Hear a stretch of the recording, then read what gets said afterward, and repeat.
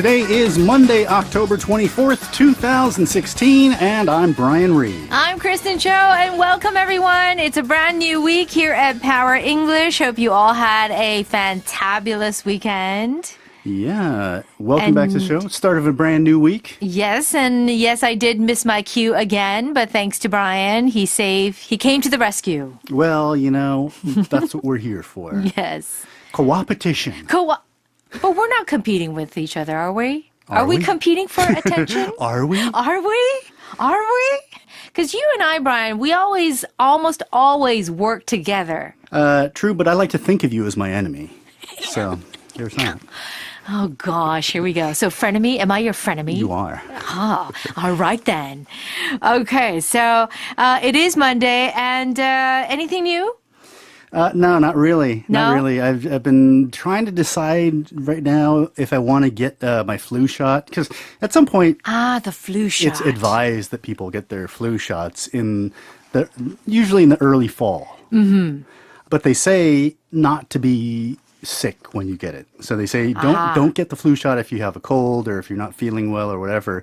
And I haven't really been sick lately, but I kind of have for a little while now. I've been having sort of like this kind of feeling like I'm about to get sick. Mm-hmm. So it's like in Korean we say like 감기 기운. Yes. Or 몸살 기운. Yeah. And so I've been kind of feeling like that. So it's not fully sick yet, but I feel I've been kind of like achy and stuff. And so I'm like, maybe I'm starting to get sick, so I shouldn't get my flu shot yet. But it's been happening for a while, and it's not getting worse. It's just kind of staying that way. Well, you know, to be honest, I don't know about the flu shot. I've never gotten a flu shot, and I've never given my son a flu shot. None of us have gotten the flu shots. And people say, oh, you should get the flu shot, but I don't know. I don't know if there's a real reason for me to get it. Yeah, well... Is it really effective? Is it really really the thing is that necessary? if you get the flu shot, it's not necessarily guaranteeing that you won't get the flu, because you can still get the flu. Right. But they say it decreases your chances, and it's good, especially for younger children and older people, they say, because the flu can affect them much worse than just sort of a healthy adult. So I guess it depends. But this is like a big thing in America, not just the flu shot, but like this movement of anti-vaxxers is what they call them. I do, yes. And so these are people who don't vaccinate their children. They're against vaccinating their children when they're younger, because usually, you know, it's been pretty standard for the past several decades. When your child is younger, you get them vaccinated for things like the measles and whatnot, and smallpox. Yeah. But there's now this group of people who believe that this is bad. Yeah. And that it can cause all sorts of damage and cancer and death and all sorts of things that they think. Mm-hmm. And so it's like this growing movement amongst people to not vaccinate their kids. And then there's this backlash towards these people who don't vaccinate their kids. Yeah. And then it's gotten to the point where there have been lawsuits and people whose children literally have died because they weren't vaccinated. And so it's this really sort of complicated issue these days. It really is, and it's hard because then you have these students who are vaccinated, and then do you allow kids who aren't vaccinated into the school? It's a real big mess, actually. It's been going on for quite some years, actually. Ever since I had Yunso, that kind of debate started rolling in, and now it's become a little bit out of control. Yeah, it can, but... So to vaccinate or to not vaccinate, or to get the flu shot or to not get the flu shot, we shall have to see. Maybe I will. Maybe I won't. Yeah, it's up to you. Okay. All right.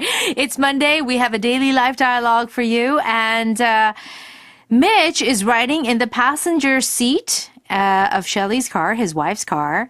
And basically, they get into a little bit of a trouble here. So let's find out what's going on in the car and this whole driving situation.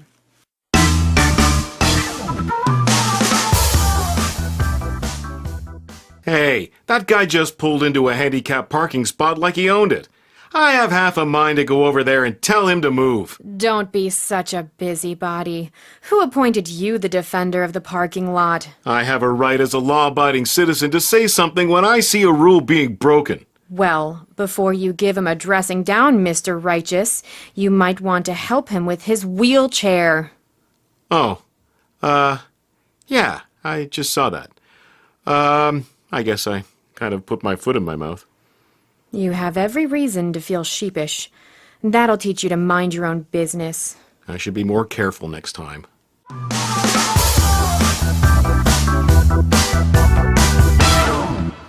Okay, so we have Mitch and Shelley talking. Mitch starts off by saying, "Hey, that guy just pulled into a handicap parking spot like he owned it." Okay, so now if you pull into a certain spot or an area...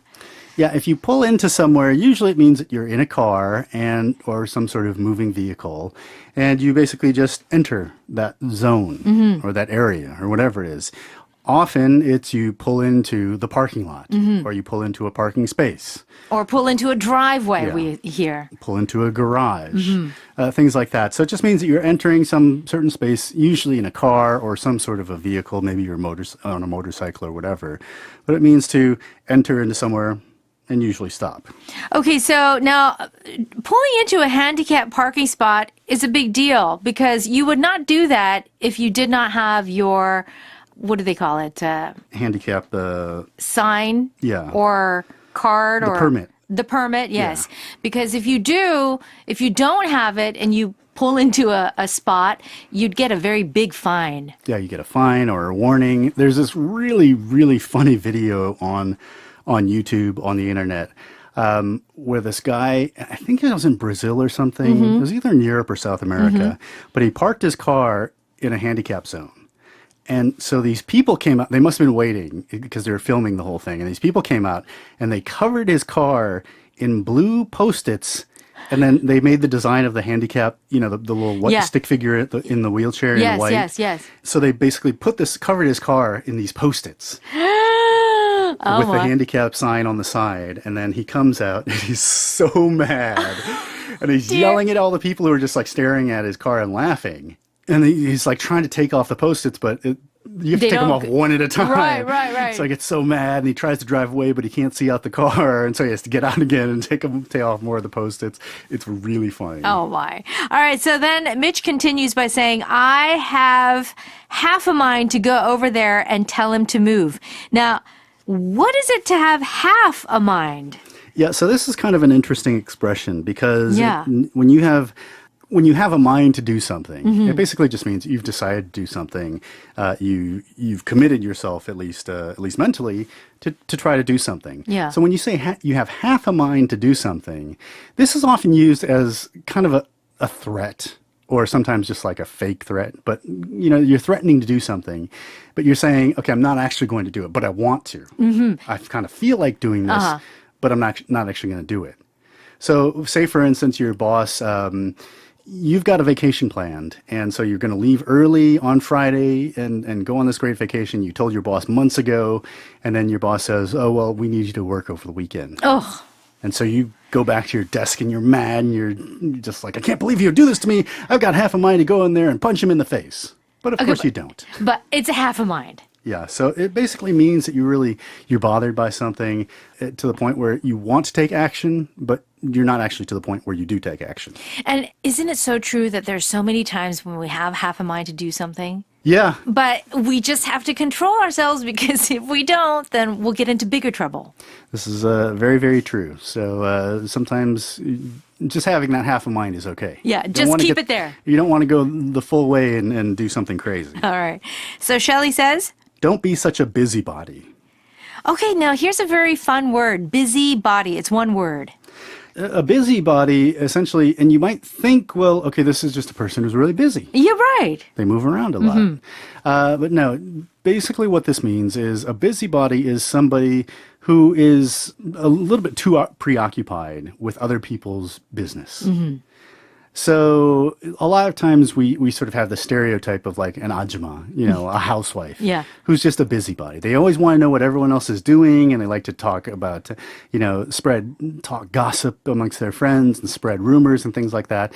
And people like that you refer to as a busybody. Now, this is really, really typical, especially if you're living out in the countryside and you're living in a small little town, or what we call maul. We have those maurs. Are you in a maul? Yes. Yeah. Okay. And so it's that whole sort of small town thing, and you've got a lot of busybodies. Yeah. So I'm actually, it's not really a maul, it's a ri. What? And ni. D. Yeah. But yeah, it's true because there's not as much going on. It's kind of boring. There's not much stuff to do. So you kind of just preoccupy yourself with what's going on in other people's lives. All right. So Shelley says, who appointed you the defender of the parking lot? Yeah, so she's saying, mind your own business. Yeah, don't worry about it. And Mitch is still mad. He says, I have a right as a law-abiding citizen to say something when I see a rule being broken. Okay, and Shelley says, well, before you give him a dressing down, Mr. Righteous, you might want to help him with his wheelchair. Okay, so Shelley, Mitch thinks that this car just drove in and he doesn't deserve or he doesn't have the right to park in this lot. But then Shelley says he's in a wheelchair. And Mitch says? Yeah, he says, yeah, I just saw that. I guess I kind of put my foot in my mouth. Okay, so if you put your foot in your mouth? Yeah, to put your foot in your mouth means to essentially to regret when you've said something that was wrong or you said something bad or you just, in general, you said something that you shouldn't have. So you feel so bad, you feel so embarrassed, whatever, you feel like you wish you could stick your foot in your mouth so you could keep yourself from talking. Mm-hmm. And before that, Shelley says something interesting. She calls her husband Mr. Righteous.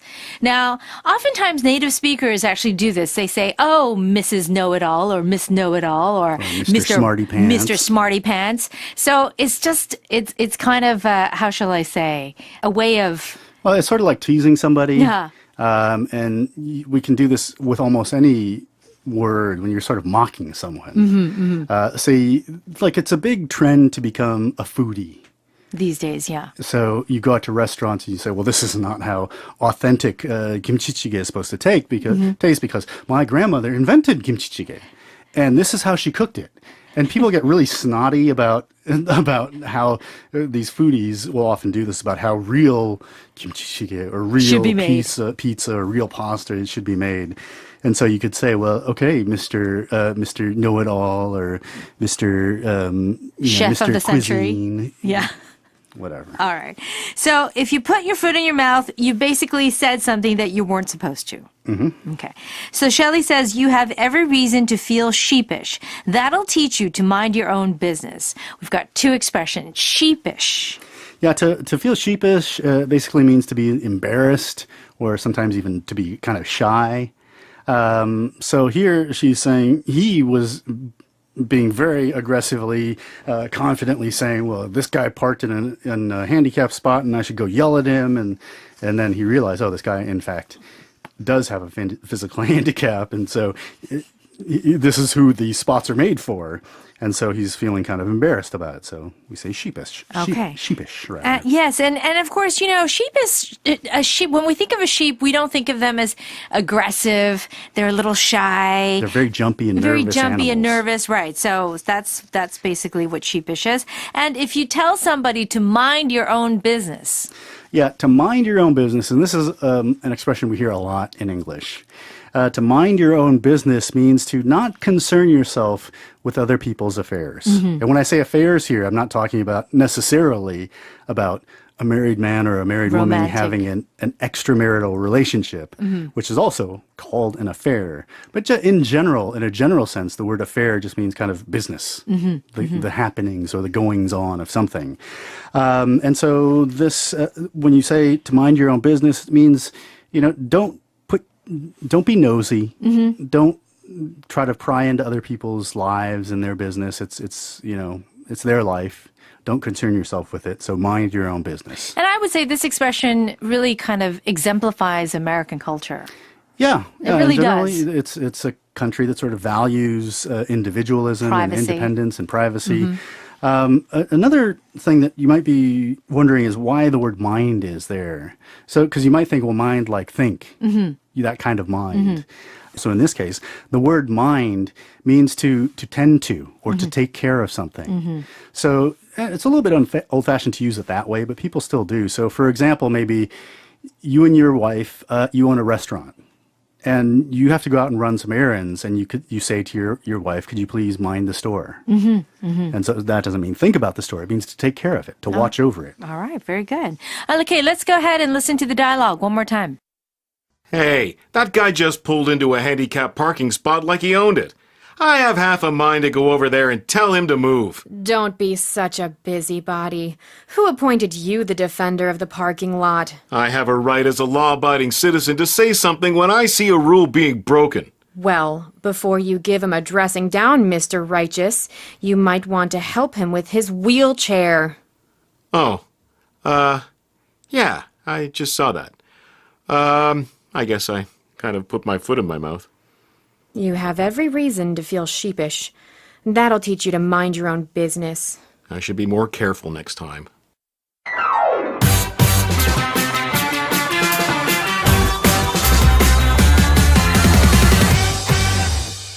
It's time for Take Note. Let's get right into it. The first expression is pull into a certain place. Yeah, to pull into something basically means to drive into a certain area and usually stop there. Mm-hmm.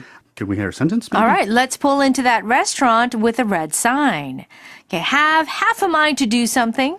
Yeah, if you have half a mind to do something, usually you're upset about something, you're angry about something, but not necessarily enough to act on it. Mm-hmm. I have half a mind to make you rewrite this entire report. So I want to make you do it, but I won't. Mm-hmm. Okay. Busybody. Stop being a busybody. Yeah, a busybody is a person who is very nosy. They like to butt into other people's business. They like to pry into people's personal lives. Mm-hmm. My busybody neighbor always listens to my phone conversations. Oh, that's not a good neighbor. Mm-hmm. Okay, put one's foot in one's mouth. Yeah, if you put your foot in your mouth, it basically means that you've said something wrong. Maybe you weren't supposed to say it. Maybe you're embarrassed by it, whatever it is. And so you kind of usually regret something that you said. Mm-hmm. Okay, here's a sentence for you. I put my foot in my mouth when I asked Jane when her baby was due. And this happens occasionally. Because she's not pregnant. Yeah, so you wouldn't see this happen much in Korea because people usually don't get obese enough to be confused for being pregnant. But in America, sometimes you'll be like, oh, when's the baby due? Yeah. And they're like, I'm not pregnant. I'm just Oops. fat. Foot in mouth. Uh-huh. Okay. Sheepish.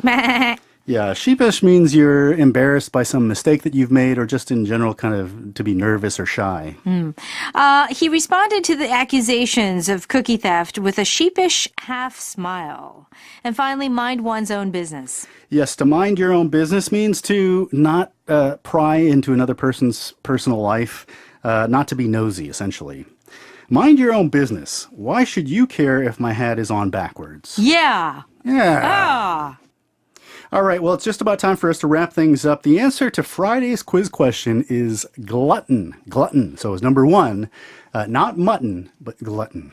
Okay, in relation to that, here's the quiz question for today. We're talking a lot about like farm animals, but we have another expression that is related to an animal that we just talked about. The source of mutton. Yeah, the source of mutton. So what is this expression that means, you know, to be embarrassed at having made a mistake or not be confident? Yes. What animal are we looking for? Okay. So it's animal, ISH. All right, so if you know the answer, go to our homepage, put it up in the quiz answer folder. And of course, big thank yous going out to our sponsors. Universal Music is giving away free music CDs to some of our lucky listeners. EBS 랑에서 온라인 무료 수강권, 한국토익위원회에서 토익 스피킹 무료 응시권, 중앙데일리에서 뉴욕 타임스 구독권을 드립니다. All right, that's a wrap for today. We will be back at the same time, so please join us tomorrow. Bye-bye. Bye-bye.